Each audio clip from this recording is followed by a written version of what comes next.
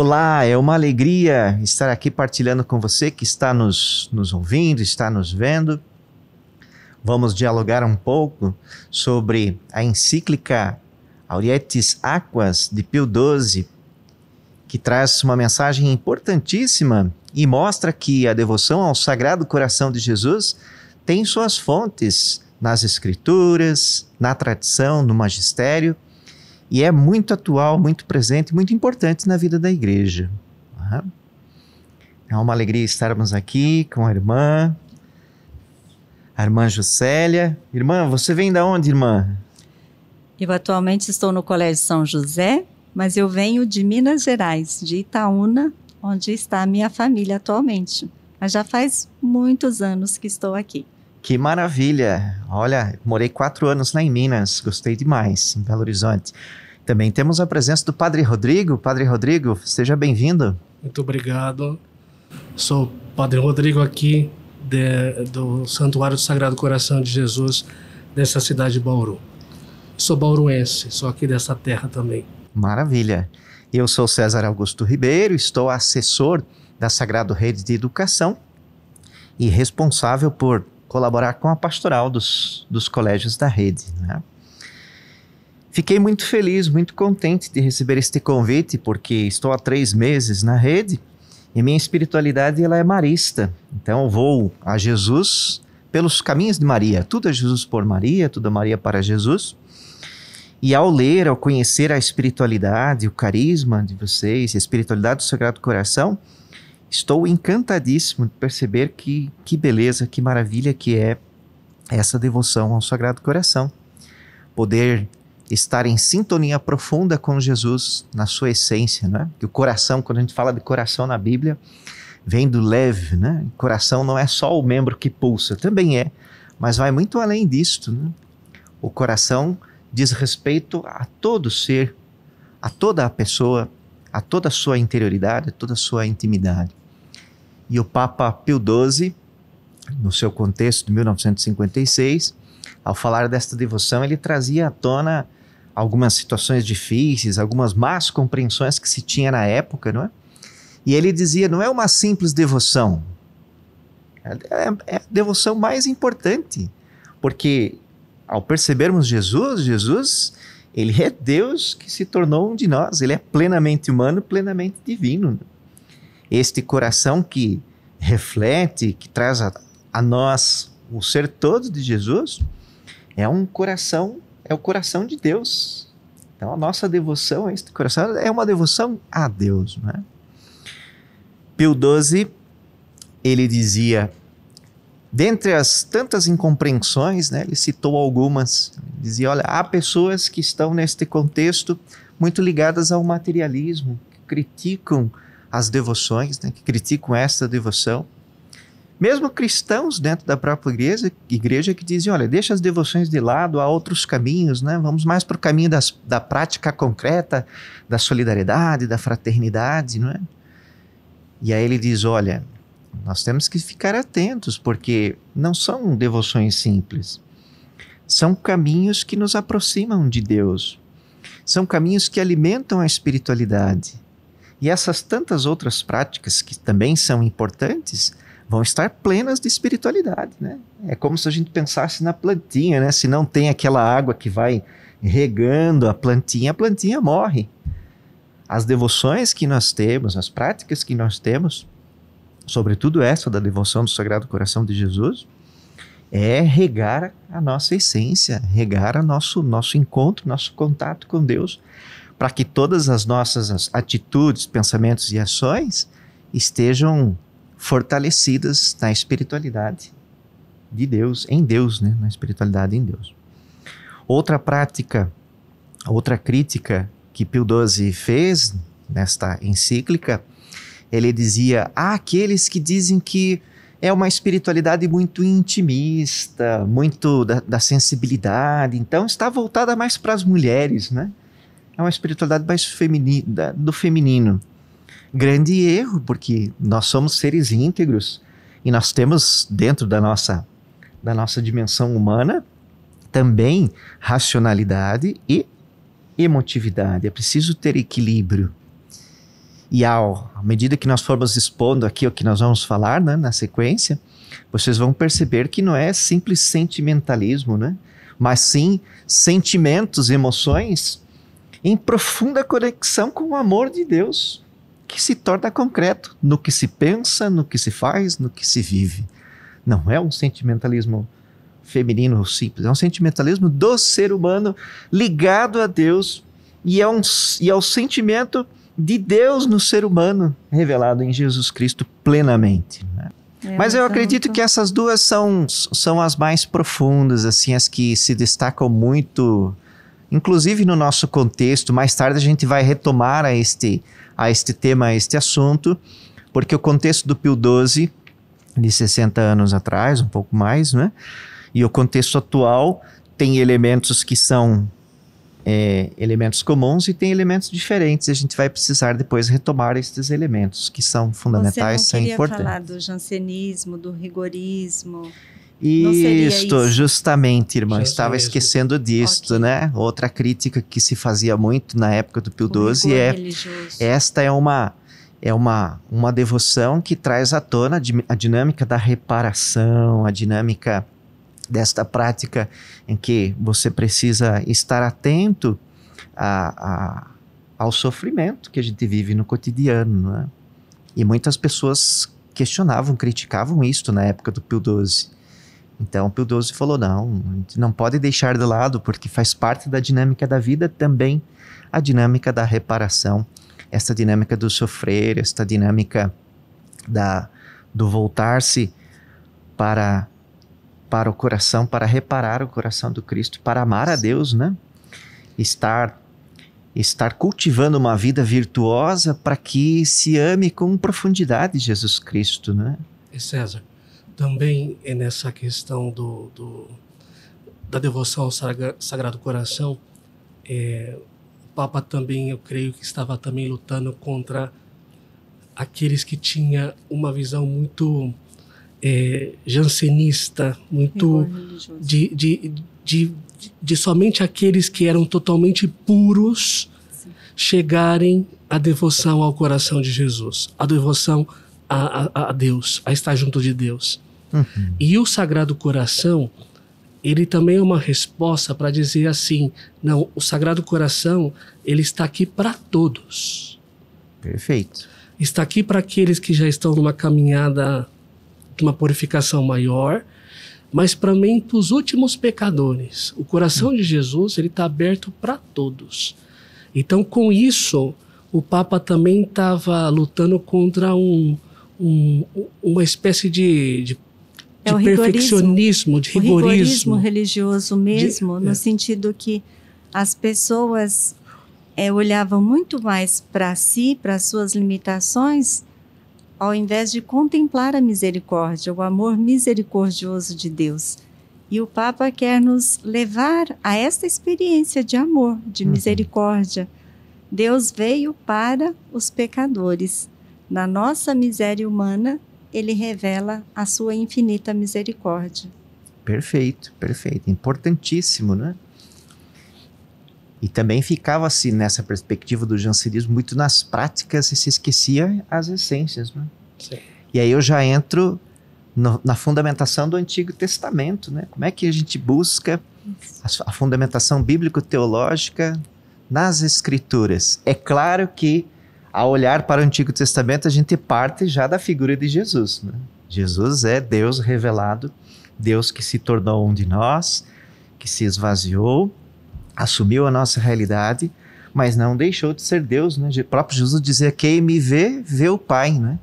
E Jesus age também no Espírito. Então, em Jesus se torna presente a Trindade, né? Então, ao olharmos para o Antigo Testamento, iluminados por Jesus Cristo, a gente vai encontrar elementos importantíssimos que fundamentam a devoção ao Sagrado Coração.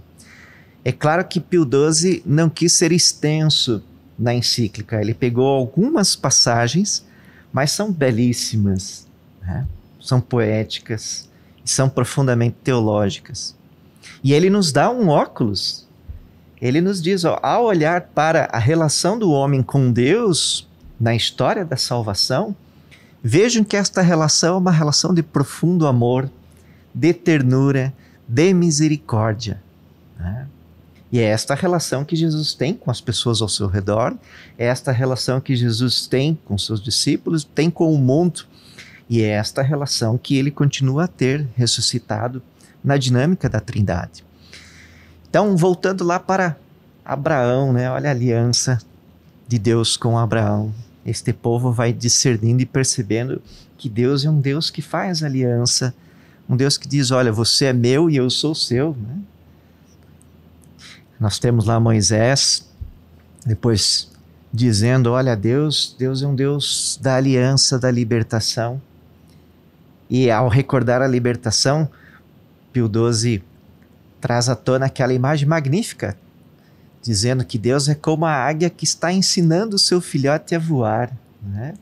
Então o filhote está voando e a águia está acompanhando este aprendizado da pequena águia.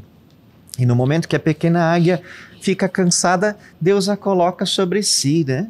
Deus é este amor que acolhe e que carrega este filhote na sua travessia. Que imagem maravilhosa, né, irmão? Né, padre? Sim. Fico encantadíssimo. O Pio XII não citou aqui, mas tem outras passagens que diz que Deus é como aquela galinha que tem seus pintinhos, né?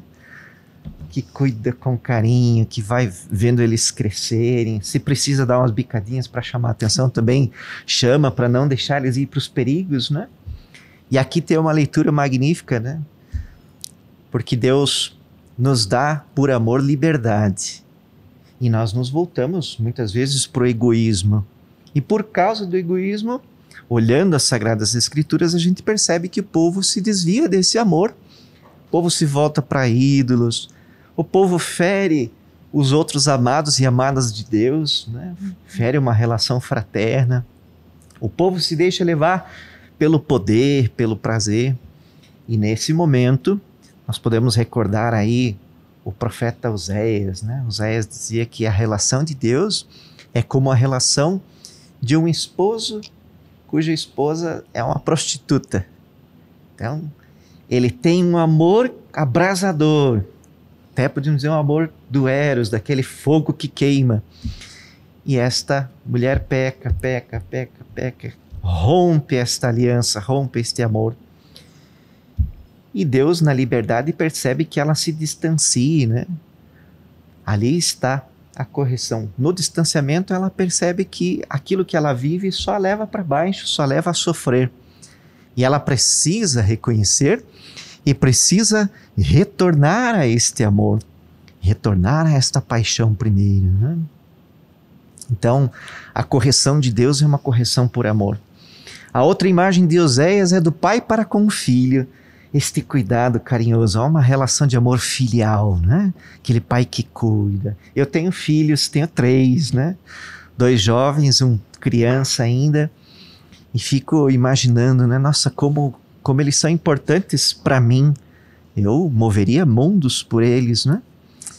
E eles estão super bem, até pela convivência familiar, pela educação que a gente lhes deu. Mas eu tenho na família pessoas que, uma irmã minha que tem um filho que se desviou por causa das drogas, né? E ela não deixa de amá-lo, tanto quanto eu amo os meus filhos, né? Mas em dado momento ela precisou dizer para o filho, ó, me dê a chave da casa, você não vai mais entrar livremente dentro de casa, você já é adulto, eu já mostrei todas as possibilidades para você sair deste vício. E você não quis, que você afirma que você consegue se controlar, pois agora você precisa, não vai ter meu apoio, você vai precisar trabalhar, vai precisar garantir tudo que é necessário para você manter o seu vício, para você perceber que isso só está te puxando para baixo, está tirando do teu horizonte toda uma vida de felicidade, né? Então Oséias utiliza esta imagem de Deus como pai e o povo como filho, mas um filho que errou, que se distanciou, que precisa sofrer para recordar daquele amor primeiro e retornar a este amor, não é? Então é um prenúncio do amor de Deus, né? Um amor que por liberdade deixa que a gente também dê cabeçadas, né? Mas está ansioso para que retorne a aliança, retorne o amor primeiro. Papa Pio XII também cita o Cântico dos Cânticos, o amor esponsal. Olha que imagem magnífica. Deus é o esposo e o povo de Deus é esta esposa que estão se procurando, né? E este amor é mais forte do que a morte, porque o esposo gravou no seu coração a sua amada. Olha que imagem linda, Deus gravou no seu coração cada um de nós. E Ele nos procura, e Ele nos espera. Então nós também somos convidadas a ir ao encontro desse amor. Belíssima esta imagem. Papa Pio XII também traz à tona alguns textos de Isaías, e eu recordo aqui aquela canção antiga, mais bonita. A mãe será capaz de se esquecer ou deixar de amar algum dos filhos que gerou, e se existir acaso tal mulher, Deus se lembrará de nós em seu amor. Então Isaías diz que Deus ama como a mãe. Uma mãe não esquece do filho. E se caso ela esqueça, o amor de Deus é mais perfeito ainda do que isto, não é?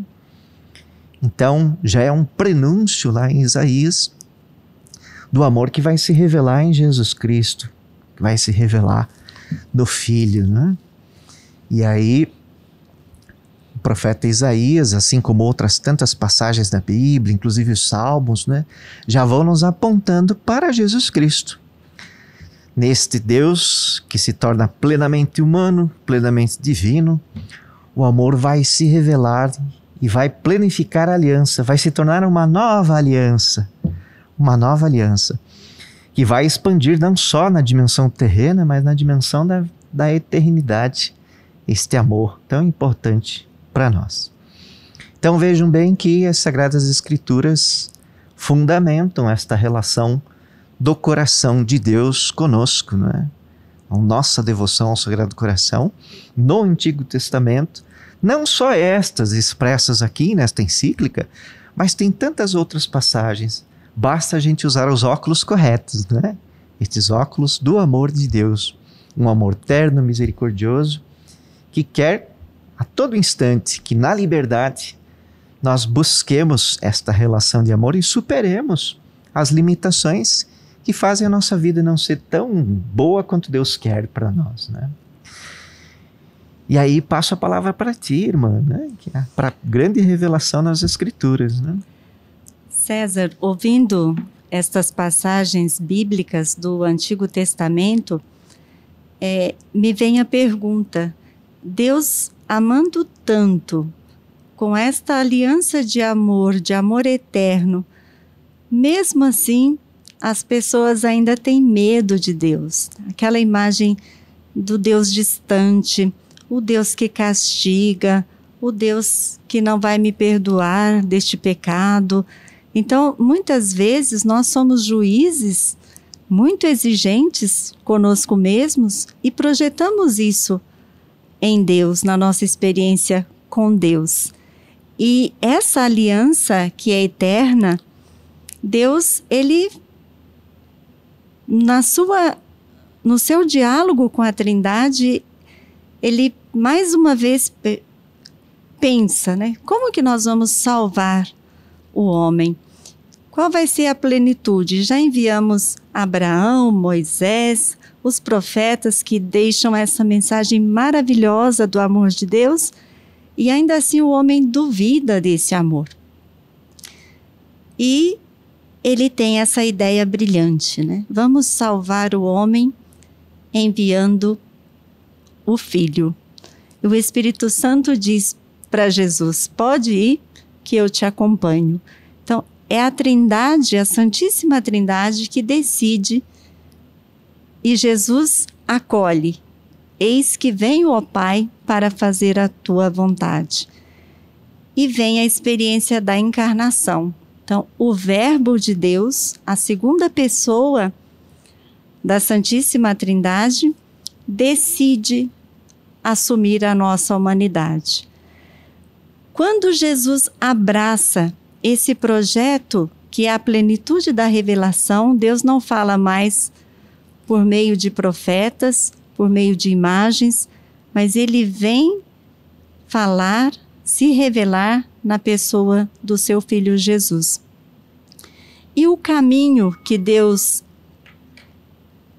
Jesus escolhe é o caminho da encarnação. O Verbo de Deus assume a nossa condição humana. Jesus se faz criança. Jesus escolhe morar em Belém. Nasce na pobreza de uma manjedoura. Nesta encarnação do Verbo, nós podemos contemplar esse coração tríplice, podemos dizer. É o amor de Deus, que se faz homem, o homem encarnado em Jesus. E é tríplice por quê? O Verbo de Deus, assumindo a nossa condição humana, vai revelando o seu coração. Desde o seio de Maria, o coração de Jesus pulsava em sintonia com o coração de Maria.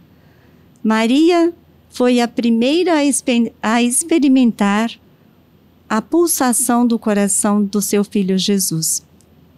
E à medida que Jesus foi crescendo, foi assumindo a sua missão nesta terra, de libertar, de salvar, de curar, de fazer o cego enxergar, de fazer o coxo andar, ele foi revelando a plenitude deste amor.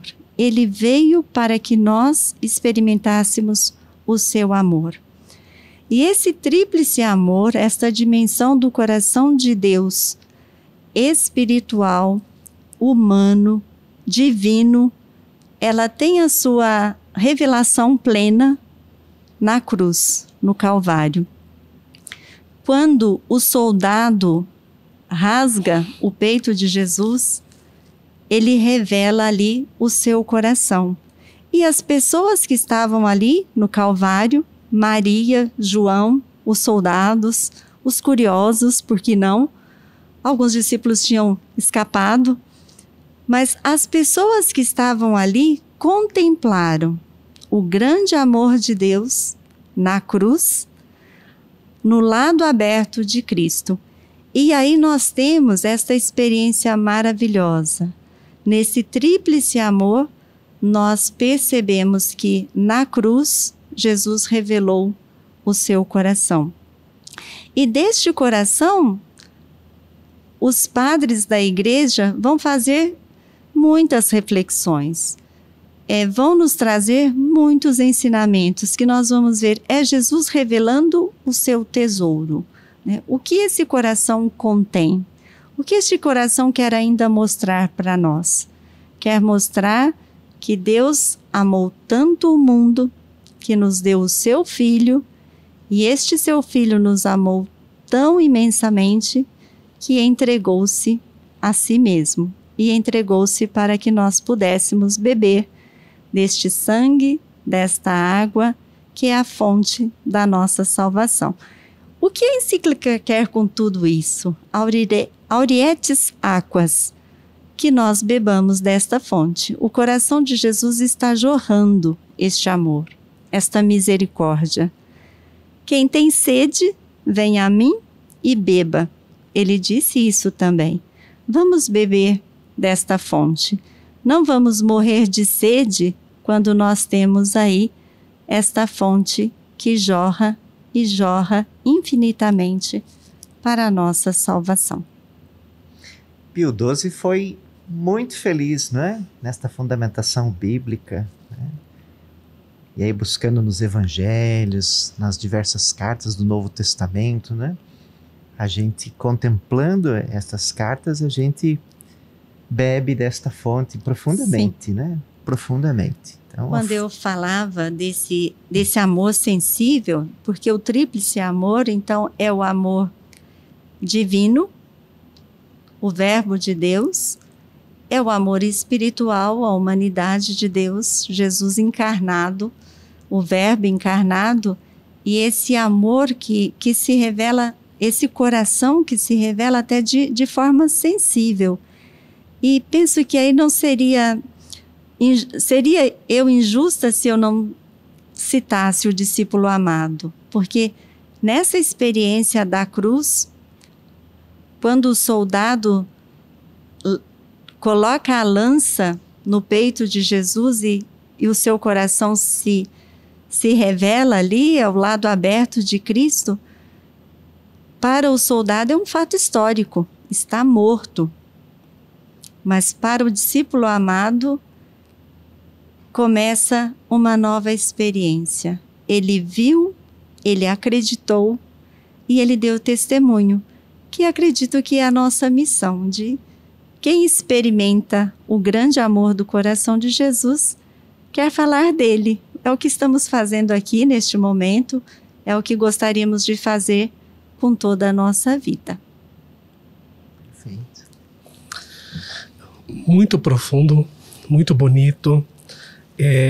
Isso me fez pensar que a devoção ao Sagrado Coração, ela é importantíssima. Já teve o seu início na igreja, e desde o começo da igreja existe uma devoção muito grande ao coração de Jesus, mas hoje é importante. Eu não posso pensar que essa devoção ao Sagrado Coração é uma questão de piedade popular, como já apresentou aqui o César. Mas quando eu medito o coração de Jesus, e aquilo que está nas Sagradas Escrituras é que o coração, ele não é simplesmente um músculo do miocárdio. Nas Sagradas Escrituras, o coração, ele é o centro da pessoa. E nesse caso, o centro da missão de Jesus. Porque Jesus é amor. E o coração ali é um símbolo visível desse amor de Jesus Cristo, de Deus por nós. Bonito também é compreender que em Jesus, esse coração, ele lutou por nós. Bom, todos nós temos um apetite, temos nossas vontades. Os animais também têm as suas vontades, nós também temos as nossas vontades, que são muito parecidas, porque somos animais. Mas nós temos algo diferente dos outros animais, que é o conhecimento da verdade. Então, pelo conhecimento da verdade, eu tenho uma vontade diferente dos animais, que só têm apetite. Eles têm fome, então se ali tem um pouco de comida, eles estão com fome, eles não querem saber de quem é aquele prato. Eles vão e comem. Nós não. Nós temos o conhecimento da verdade, sabemos de quem é aquele prato, então nós não comemos aquele prato. E passamos fome. Jesus também. Só que Jesus, ele sabia e compreendia totalmente qual era a vontade do Pai. E por compreender totalmente qual é a vontade do Pai, a sua vontade humana, ela era idêntica à sua vontade divina. Jesus, sendo homem, sendo Deus, existe ali uma vontade que é idêntica. Nós não. Nós, por mais que nós possamos ter um conhecimento de alguma coisa, nós também temos a nossa inclinação, os nossos apetites, as nossas paixões. E o Sagrado Coração nos ensina que nós devemos, muitas vezes, renunciar a esses apetites para estar de acordo com a vontade do coração dele. Essa parte dessa explicação na encíclica me chamou muito a atenção. E outra coisa que me chamou a atenção, outro ponto que me chamou a atenção, foi apresentar o Sagrado Coração como um dom fundamental. Um dom primeiro. O Sagrado Coração, ele é o dom primeiro. É o coração de Jesus. É o amor de Jesus. O amor que foi manifestado na sua vida. Quando se encontrou com a pecadora e teve misericórdia. Quando na cruz disse para Deus: perdoa-lhes porque eles não sabem o que fazem. Hoje estarás comigo no paraíso. mesmo passando por sofrimento. E desse dom, o Papa então tem uma lista de outros dons que surgiram a partir do dom do Sagrado Coração de Jesus, que é a Eucaristia, o sacerdócio, a Virgem Maria e os dons do Espírito Santo. Então, desse primeiro dom, surgem outros dons. Então, a Eucaristia e o sacerdócio. Jesus, quando estava com os apóstolos na mesa, disse: eu desejei ardentemente estar com vocês aqui nessa mesa. Quer dizer, o coração de Jesus queria estar ali. E Jesus também disse: não há maior prova de amor do que aquele que dá a vida pelo outro. E a Eucaristia, ela é a antecipação da cruz de Cristo. Então, ali naquele momento da Eucaristia, Jesus estava doando o seu corpo, doando o seu sangue de forma incruenta, sem sofrimento, aquilo que ia acontecer no outro dia de forma cruenta com o sofrimento. Mas é a doação total. Então, se não há maior amor do que aquele que dá a vida pelo outro, a Eucaristia e o sacerdócio como consequência, porque ele disse: fazer isso em memória de mim, a Eucaristia e o sacerdócio significa esse amor que vai até as últimas consequências. Não somente aí. Eu poderia dizer que é a criatividade do amor, porque Jesus queria permanecer conosco. E a forma melhor que ele escolheu foi nos deixando a sua Eucaristia. Permanência real. Sim. No sacramento da Eucaristia. E encontrou aquilo que é a essência da vida, né? Sem comida a gente não pode sobreviver. Exato. Sim. E é ao redor da mesa que a família, que as pessoas queridas se reúnem, né? Sim. Ele foi muito feliz nesta escolha, né? Foi muito criativo, como disse a irmã. Né? Isso o amor é criativo, o amor cria formas de permanecer, de alimentar este amor. Porque um amor distante acaba se esfriando. Sim. Mas o coração ardente de Jesus quer que o nosso coração também seja ardente de amor e alimentando a cada um de nós na Eucaristia. E desse dom primeiro também surge a Virgem Maria, como uma mãe espiritual. Jesus, que nos amou tanto, que deixou a sua mãe, que é a sua mãe biológica, para nós como uma mãe espiritual, para estar intercedendo por nós, para estar cuidando de nós também. E o Espírito Santo, os dons do Espírito Santo, que é principalmente o dom da caridade. Deus, Jesus, verdadeiro homem, verdadeiro Deus, ele amou verdadeiramente como Deus e amou também verdadeiramente como homem. Mas essa caridade, ela só é possível quando existe uma doação de Deus para o homem. Então isso significa que eu só consigo amar de maneira plena, ou tento buscar amar de maneira perfeita, se Deus me concede esse dom. E esse dom foi derramado aos homens pelo Espírito Santo em Pentecostes. Quando os apóstolos, quando os discípulos, quando Maria estava reunida em cenáculo, e Jesus, que já estava sentado à direita de Deus Pai, já tinha subido ao céu, derrama o seu Espírito de amor sobre nós. Esse amor é como se ele estivesse derramando o seu coração sobre cada um de nós para que pudéssemos também ter essa capacidade de amar, né? Depois, então, diante disso, o que nós podemos pensar sobre a devoção ao Sagrado Coração de Jesus hoje? Hoje, eu devo pensar que a devoção ao Sagrado Coração de Jesus não é uma simples piedade. Não é uma simples piedade. Quando eu estou rezando ao Sagrado Coração, quando eu estou contemplando o Sagrado Coração, eu estou contemplando o amor de Deus. Perfeito. É o próprio amor de Deus que eu estou contemplando ali. É claro que também o Papa, ele disse, é importante que possamos ter uma devoção ao Sagrado Coração, olhar para as aparições, e É importante isso, é bonito, é muito bonito. Todas as promessas que o Sagrado Coração nos faz através das aparições particulares. Mas a devoção ao Sagrado Coração não pode ficar aí. Eu não posso estar junto do Sagrado Coração porque eu sei que existe uma promessa de um bem para mim. Eu devo, em primeiro lugar, estar junto do Sagrado Coração porque eu sei que ali é o amor de Deus derramado na minha vida, derramado na humanidade, o amor redentor de Deus. Não é uma relação de troca, né, padre? Não. Vou dedicar um tempo aqui porque eu vou ter algo para receber em troca, né? Não.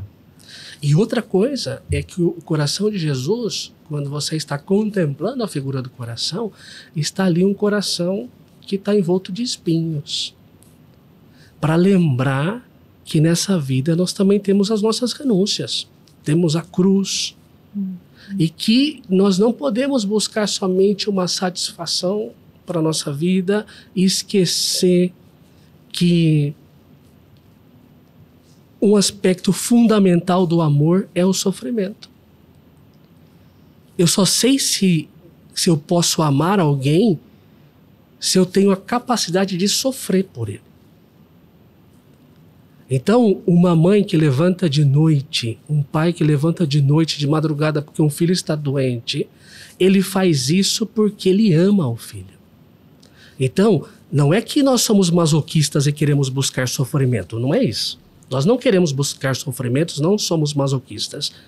Mas o amor nos dá a capacidade de que, se for necessário, sofrer pelo outro. Lembrei, padre, de um refrão que Ziza Fernandes pegou do Evangelho, da fala de Jesus, né? Não existe amor maior que a coragem de dizer que um dia, se preciso for, dou minha vida por você. Jesus deixou isso bastante claro, né? Não existe amor maior do que doar a vida pelos seus amigos, né? Pelos seus amados, né? Sim. Perfeito. Então, esta dimensão do sacrifício, o amor que pede amor, e quando nós percebemos que o amor não é amado, a palavra-chave é a reparação. E como nós podemos reparar? Nós reparamos o amor amando mais, participando da Eucaristia, e este alimento me leva a uma busca de comunhão onde há divisão, a uma busca de paz onde não há paz. E vemos aí a atualidade, né, quando as pessoas são indiferentes a este amor de Deus, vivem como se Deus não existisse. Então, essa reparação de querer que o amor seja realmente amado na gratuidade, como você falava, né? Não vou receber a comunhão 9 meses seguidos para eu estar com meu paraíso garantido. Não, mas a comunhão hoje me faz querer receber este alimento amanhã e depois de amanhã, porque ele me fortalece para eu ser testemunha deste amor, para eu amar como Jesus quer que nós amemos os nossos irmãos. O Papa Pio XII trazia à tona situações difíceis do contexto dele. Hoje a gente tem que fazer algumas releituras, né? Então, naquela época tinham as grandes narrativas, os grandes sonhos, né? A ciência vai transformar o mundo, vai resolver todos os problemas. Ao longo do tempo a gente foi percebendo que isso não era realidade, né? E hoje se tem uma volta para as micronarrativas, né? Quer dizer, as transformações acontecem nas pequenas coisas que a gente faz no cotidiano. Era muito forte o materialismo, né? Deus não existe, né? Hoje ainda há pessoas que têm este discurso, né? Há pessoas que buscam um pragmatismo. Não, só vou estar próximo daquilo que me dê retorno e retornos rápidos, né? E há pessoas que misturam isto tudo também, né? Há pessoas que veem as realidades de fé como se fossem caixinhas agora eu vou para a caixinha da Eucaristia. Puxei a caixinha, estou lá com minha postura, a postura que aprendi na catequese, que aprendi aquela virtude do bom cristão. Aí fechei aquela caixinha, agora vou voltar para o cotidiano. E nas relações com as pessoas acaba ferindo o próprio coração de Deus presente na vida do outro, né? Sim. É importante termos esta dimensão também de que Jesus está plenamente presente na Eucaristia, plenamente presente, né, neste coração pulsante das práticas da vida da igreja, do contato com a palavra, da comunidade que se reúne ao redor do pão, do contato com os atos devocionais, mas ele mesmo diz: tudo que fizeres ao menor dos meus irmãos é a mim que o fareis. Então é importante nas nossas práticas devocionais termos isto presente, né?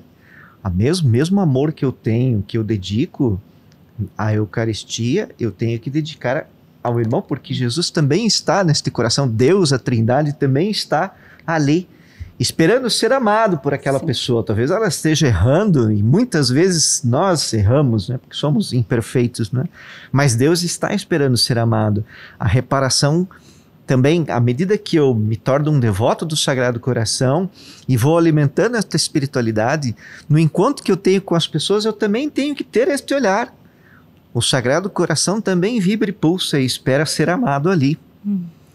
E nesta relação, abrir esta pessoa ao amor que ela tem dentro de si, né?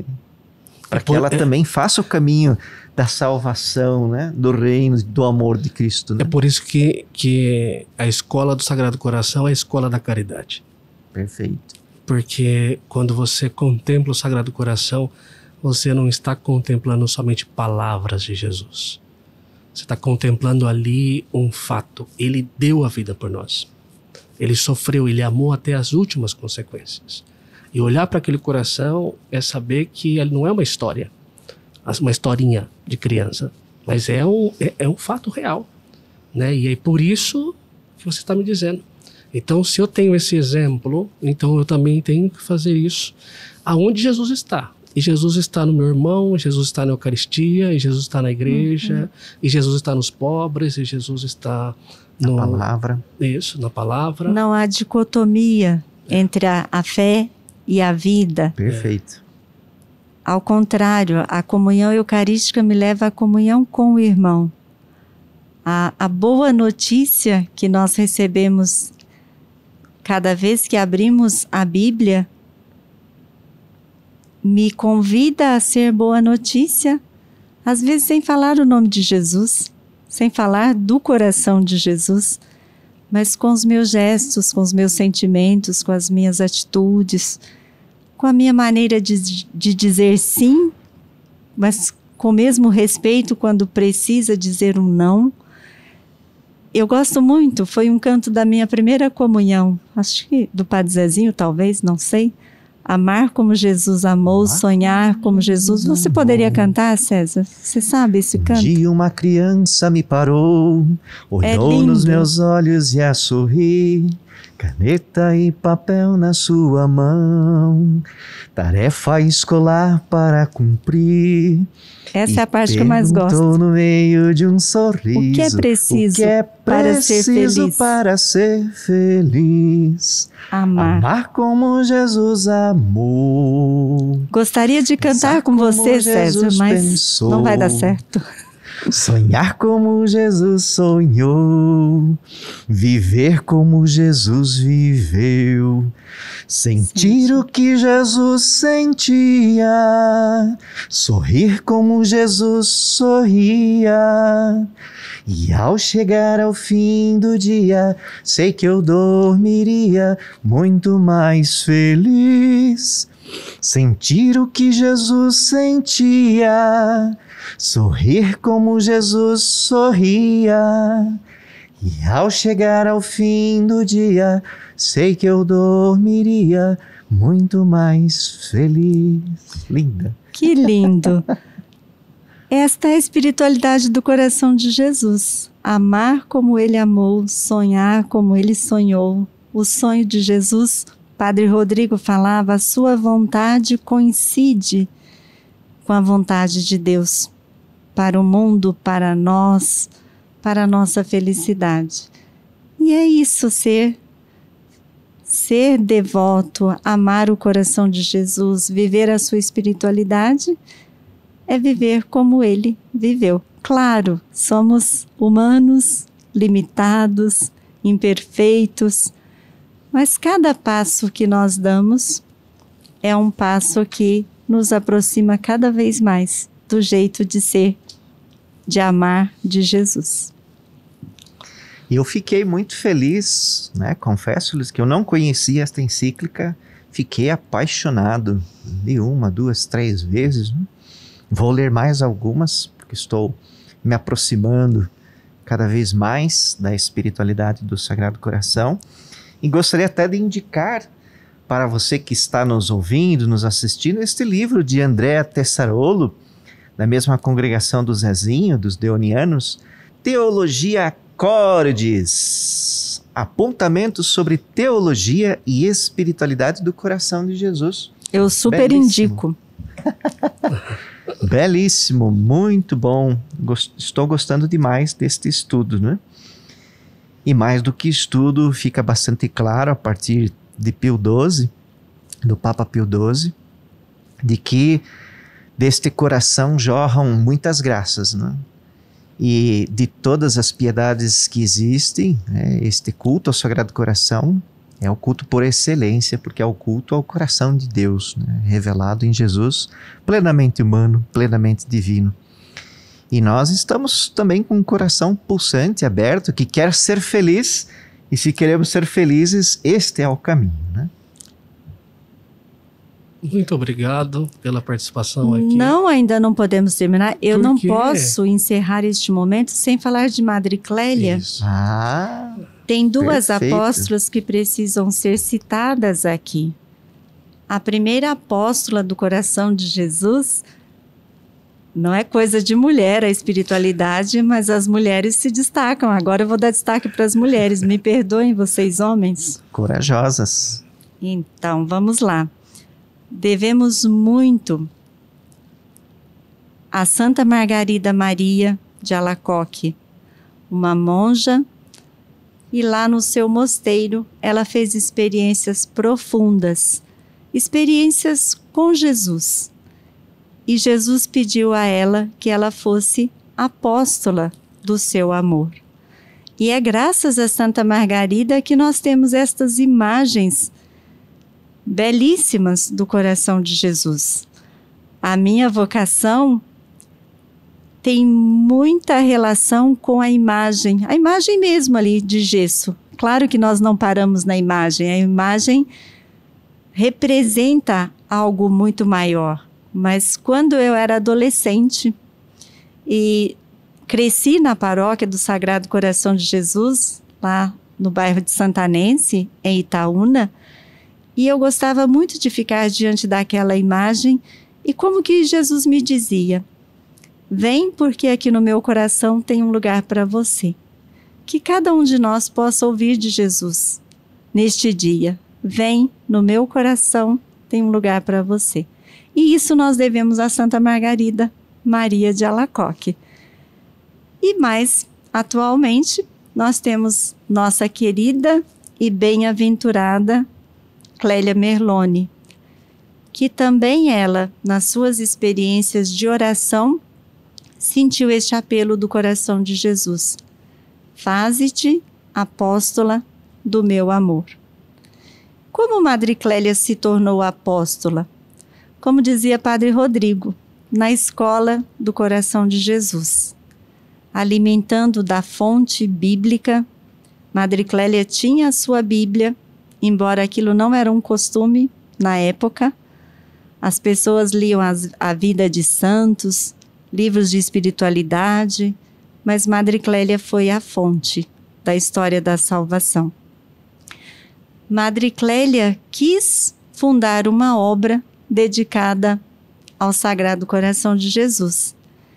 E o título que ela deu para o nosso instituto, uma curiosidade, vocês podem aí pesquisar depois nos nossos sites: Apóstolas do Sagrado Coração de Jesus. os padres não concordavam, porque não existem apóstolas do Sagrado Coração de Jesus. Existem os apóstolos de Cristo. E Madre Clélia sofreu muito para manter este título. Houve alteração no nosso nome, mas com o Concílio Vaticano II também as congregações foram convidadas a voltar às fontes e nós, graças a Deus, recebemos novamente o título original e hoje somos, com a graça dele, apóstolos do Sagrado Coração de Jesus. E como Madre Clélia viveu essa espiritualidade, o que ela nos deixou como modelo, como escola, para nós também crescermos? Para ser apóstolo, para ser apóstola, nós precisamos ser discípulos do coração de Jesus. Então, aprender do coração de Jesus. E ele mesmo se apresentou como mestre na Bíblia. Ele diz: aprendei de mim, que sou manso e humilde de coração. Curiosidade, Madre Clélia, apóstola nesta escola do coração de Jesus, ela fez um 4º voto. Nós religiosos professamos os votos de castidade, obediência e pobreza. Além destes, Madre Clélia fez o voto de humildade. Aprendeu de Jesus manso e humilde. E com a humildade vem as humilhações. Então ela sofreu muito para manter este ideal, este carisma que lhe foi confiado. E onde ela encontrou forças? É claro, na oração, mas sobretudo na Eucaristia, mais uma vez. Diante do sacrário, Madre Clélia encontrou o lugar de suas delícias. Era ali, diante de Jesus Eucarístico, que ela gostava de passar as horas mais bonitas da sua vida. E por fim, Madre Clélia nos deixou a caridade como a pedra mais preciosa. Madre Clélia foi a mulher do perdão, a mulher de uma caridade extrema, uma caridade que muitas vezes era motivo de crítica, porque as irmãs falavam, ela era de uma caridade tão grande que ela tinha mãos abertas. Então, Madre Clélia enfrentou muitas dificuldades por causa da sua imensa caridade. O lema do nosso instituto, Caritas Christi Urget Nos, é o lema paulino. A caridade de Cristo nos impele, nos constrange, nos impulsiona, nos leva além. Foi isso que trouxe o Instituto ao Brasil. Impelidas pela caridade, as irmãs saíram da Itália, vieram para o Brasil, foram para os Estados Unidos. Para quê? Para que o coração de Jesus fosse conhecido, amado em toda parte. Agora sim, acho que podemos encerrar. Eu gostaria de ficar aqui ainda mais um pouco falando do coração de Jesus. Posso só falar uma frase de Madre Clélia aqui? Sim. Madre Clélia me ensina muito, nos ensina muito, mas a sua espiritualidade, se eu fosse resumir numa palavra, eu diria confiança. Madre Clélia confiava no coração de Jesus, na providência divina, no seu amor, de uma maneira ilimitada. E a palavra que ela me deixa, me ensina, me faz crescer, é essa: confiai no coração de Jesus e vereis milagres. Estou lendo, irmãs, as cartas da Madre Clélia, estou encantado. Que mulher magnífica, né? E realmente ela é bem-aventurada, está aí em todo o processo para a canonização, porque realmente é uma pessoa que nos leva a Deus, né? O coração de Jesus nos leva a Deus. E estou muito encantado. E sobretudo porque ao ler as cartas a gente vê tantas virtudes necessárias para o mundo de hoje, não é? Sim. Fundamentais, né? O amor ele se torna concreto em atitudes. Jesus revelou isto, né? O amor é perdão, o amor é partilha, o amor é fraternidade, o amor é diálogo, o amor é aproximação, o amor é tantas outras atitudes que fazem o coração vibrar e a vida também se tornar concretas, né? Creio que ao ler a encíclica de Pio XII, nós também devamos fazer pontes com a vida atual da igreja, não é? Papa Francisco dizendo, olha, precisamos perceber a alegria do Evangelho, né? No Evangelho que a gente encontra este coração vibrante do Cristo, né? Precisamos primeirear, né? Sair ao encontro das pessoas, como a gente falava anteriormente, para que a caridade realmente aconteça e o amor se torne concreto. Precisamos estar atentos à dimensão da ecologia, não é? Olha lá, recordando aos textos do Gênesis, façamos o homem à nossa imagem e semelhança, né? Então, lá desde a criação, o coração que vibra em nosso peito está presente, a imagem e semelhança de Deus está permeado, está preenchido pela Trindade, que respeita a nossa liberdade, mas nos acolhe. E Deus viu que tudo era bom, né?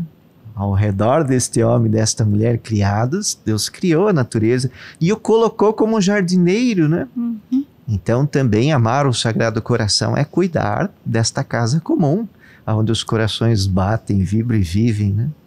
E agora esta nova encíclica da Fratelli Tutti, né? Sim. Todos os corações que pulsem em uníssono, que gerem unidade na diversidade. Não é que todo mundo pense e fale a mesma coisa, mas que minimamente se respeitem e que façam esforços na defesa da vida, porque o reino de Deus começa aqui e se estende pela eternidade, né? A caridade, ela se torna concreta e presente na dinâmica da fraternidade. Então, vocês que estão nos ouvindo, né, ao serem devotos do Sagrado Coração de Jesus, também se reconheçam, percebam enquanto amados, amadas por Deus e chamados a ser igreja e a construir este reino de amor desde já e para sempre, né? Escutando a irmã Juscelia falar sobre Madre Clélia, eu me lembrava do carinho de Madre Clélia pelos sacerdotes, que esse coração de Jesus, essa escola do coração de Jesus, ela transmitiu isso muito forte para a vida dos sacerdotes. E eu li algumas cartas que Madre Clélia escreveu para os sacerdotes, e tem umas cartas que são muito carinhosas, mas tem outras cartas também que Madre Clélia utilizou o amor de uma forma maternal, né? Dizendo, olha, é assim, precisa caminhar pelo caminho de Jesus Cristo, orientando os sacerdotes, sabe? E Madre Clélia chegou nesse amor pelos sacerdotes até as últimas consequências. Até as últimas consequências no Instituto, quando defendeu um sacerdote e não revelava o nome do sacerdote, mesmo sabendo que podia perder tudo. Mas ela foi até o fim, foi até as últimas consequências. Então, eu testemunho aqui também a Escola do Coração de Jesus em um caso particular de Madre Clélia, que era toda a devoção e todo o carinho, todo o amor que ela tinha para com os sacerdotes. Me lembrei e falei, não, tenho que falar também. E a Deus tudo, né? Consagremos nossa vida, o mundo todo, toda a humanidade já foi consagrada ao Sagrado Coração, mas esta consagração se renova todos os dias, né? E na festa que celebraremos no dia 12 de junho, gosto de recordar também que a gente faz festa porque, como seres humanos, a gente precisa do ludem, né? Do ludus, da brincadeira, da celebração, né? Mas, como a gente diz para as mães, né? O Dia das Mães não é só o segundo domingo do mês de maio, é todo dia que a mãe está conosco. Então, o dia do Sagrado Coração não é só no 12 de junho, ali é a festa bonita, mas o dia é todo dia, 12 de junho, né? É dia dos namorados, mas nesse ano será o dia do Coração de Jesus também, do né? Coração de Jesus. Ok. E chamado a se renovar a todos os dias, né? Todo dia é dia do Sagrado Coração. Muito obrigado por você que participou conosco e esperamos nos encontrar em outros momentos, para outras vivências. Foi muito bom. Gostei muito de conversar com vocês, de estar aqui neste momento. Eu também. Que Estou muito possamos feliz. criar outras situações como essas. Sim. Perfeito. Como Muito, essa. muito obrigado. Muito obrigado por essa Obrigada, oportunidade. Padre. Obrigado também. Um grande abraço. Grande abraço. Fiquem no coração de Jesus. Amém. Amém.